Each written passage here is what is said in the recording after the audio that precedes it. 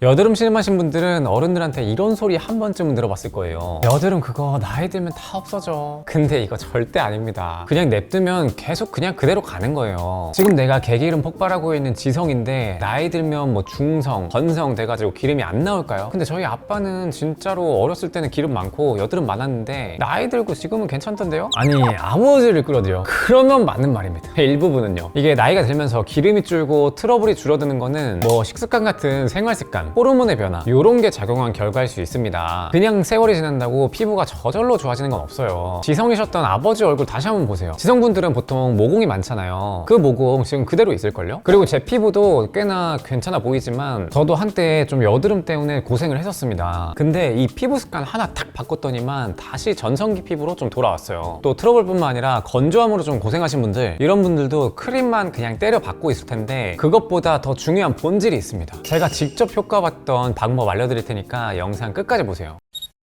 여드름으로 고생해보신 분들은 다 아실 거예요. 이게 진짜 뭘 해도 안 없어져요. 특히나 20대 초중반 때는 더 그렇거든요. 근데 또 어떤 분들은 이럴 수 있어요. 홈케어로 싹 다 낫는 거 구라다, 효과 절대 없다, 다 광고다. 근데 이 영상 광고 아니라고. 제가 지금 이 채널에다가 3만 명 되면서 119개 올렸는데 광고 딱 한 개 했어요. 물론 홈케어로 싹 다 낫는 거 구라다, 이게 뭐 맞는 말도 있습니다. 여드름이 막 볼이나 턱, 뭐 이마, 그냥 얼굴 전체를 다 뒤덮었다, 당연히 뭐 이미 병원을 다니고 있을 거고 그냥 무조건 병원을 가야 됩니다. 그런 분들은 홈케어 한다고 시간을 지체하시면은 그 여드름 흉터 치료하느라고 돈이랑 시간을 진짜 어마어마하게 쓸 거예요. 근데 저처럼 그 정도는 아니다. 사실 이런 분들이 훨씬 더 많긴 하잖아요. 제가 한 20대 초중반, 중반 조금 가기 직전까지, 이때까지가 피부 완전 전성기였거든요. 근데 어느 순간에 한번 피부가 다 뒤집어지고 여드름이 좀 많이 났던 시절이 있었어요. 진짜 피부 망가진 분들은 아실 텐데 사진이고 뭐고 얼굴 사실 들고 다니기가 쉽지가 않습니다. 한 번에 깐달걀 피부 된다, 뭐 이렇게 생각하지 마시고 어차피 안 됩니다. 그거 그냥 제가 알려드리는 대로 꾸준히 습관 들이시면은 분명히 좀 건강하게 좋아질 거예요. 피부 트러블이 많이 나고 뭘 해도 건조하신 분들 그 이유를 도대체 못 찾겠다. 그러면은 일단 세안법부터 바꿔야 돼요. 아니 뭐 개꿀팁이라더니만 뭐 겨우 세수냐. 근데 여러분들 진짜 세수 제대로 하고 계신 것 같으세요? 웬만하면 아닐걸요? 남자분들은 웬만하면 다 비슷할 텐데 그냥 군대에서 뭐 걸레 빨듯이 막 빡빡 닦고 물 빡 하고 또 수건 빡 하고 이러고 있을 거라고 생각이 드는데, 올바른 세안 습관 첫 번째, 요거는 손 씻기. 아니 클렌징 폼으로 어차피 손도 닦이잖아요. 그냥 나가지 말고 한번 들어보세요. 사실 이게 가장 기초라고 보시면 됩니다. 어떻게 보면 제일 중요하다고도 볼 수 있어요. 여러분 세수하기 전에 손 씻으세요? 절대 안 씻죠. 더러운 세균들 얼굴에다가 그냥 바로 갖다 대지 말고 제발 학교 갔다가 퇴근하고 집 와서 손부터 씻으세요. 손부터. 헬스하고 나서 손 안 씻고 바로 세수하는 사람 없겠죠? 헬스 기구들이 진짜 얼마나 더러운데 거기 좀 약간 기름칠도 되어 있고. 손은 일단 세수하기 전에 무조건 비누로 씻어야 된다. 손 세정제 말고 비누로 씻어야 돼요. 비누. 그리고 두 번째, 미온수로 세수해야 됩니다. 너무 뜨거운 물, 너무 차가운 물 이런 거 안 되고요. 처음부터 끝까지 미온수로 하는 거예요. 요즘 좀 날씨도 추워지고